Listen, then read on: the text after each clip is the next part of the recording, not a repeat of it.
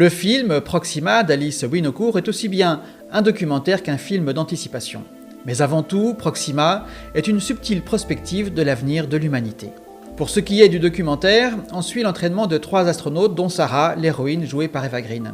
Ils se préparent pour une mission d'1 an à bord d'ISS, la Station Spatiale Internationale. Mais entre le fait d'avoir acquitté sa fille Stella pendant 1 an et les propos sexistes, l'entraînement pour Sarah est particulièrement éprouvant. Heureusement, avec le temps, elle apprend à dompter aussi bien ses angoisses que les procédures, et l'esprit de corps finit par naître au sein de l'équipage. Proxima est aussi un film d'anticipation car l'action se déroule au moment où l'humanité envisage sérieusement d'envoyer un premier équipage à destination de Mars. Afin de simuler le voyage vers la planète rouge et d'étudier les effets de l'éloignement avec la Terre, Sarah fait donc partie d'un équipage qui va passer 1 an à bord d'ISS, tout hublot fermé, sans le moindre contact visuel direct avec la Terre. C'est la mission Proxima. Enfin, Proxima est une prospective, bien qu'elle ne se révèle qu'à la fin du film. Là, dans la steppe de la nuit kazakh, éclairée par les feux de la fusée Soyouz, tout le monde pleure. Les pères, les mères, les épouses et le papa de la petite Stella qu'il porte sur ses épaules. Elle, Stella, elle ne pleure pas, elle ne pleure plus.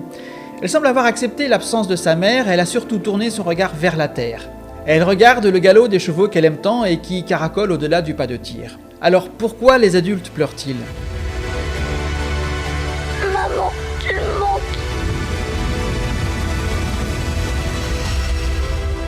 À propos d'espace, rien n'est jamais simple. Il y a bien évidemment la difficulté de vivre dans le plus hostile des environnements qui soit, le vide spatial. D'autant plus que ISS est encore loin des standards de confort rêvés par la science-fiction pour les stations spatiales du futur. Et puis, faut-il encore y accéder à cet espace ?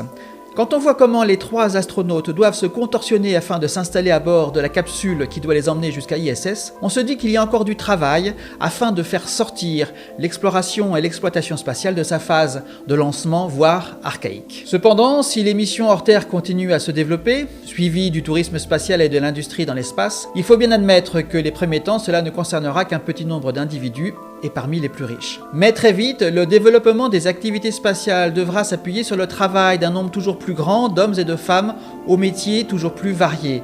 Mécanos, soudeurs, infirmiers, cuisiniers, que sais-je encore, tout ce qui fait la variété de la culture humaine. De ces hommes et de ces femmes devenus spatiaux par choix, naîtront les futurs citoyens d'une humanité qui concrétisera la conviction de Konstantin Tsiolkovsky qui disait « La Terre est le berceau de l'humanité, mais on ne passe pas sa vie dans son berceau ». Et cette humanité, installée dans l'espace, aura tendance à s'éloigner de l'humanité terrestre, tant pour des raisons physiologiques, liées à la vie en faible gravité, que pour des raisons financières et technologiques. En effet, là-haut, ce seront les règles d'une économie spatiale en circuit court qui pourraient bien s'imposer.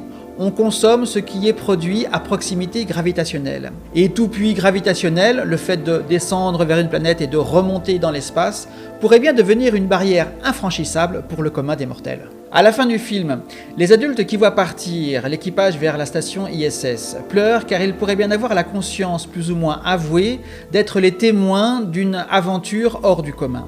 Cette mission, celles qui l'ont précédée et celles qui suivront, devenant alors les prémices de l'installation d'une humanité au-delà de la géosphère.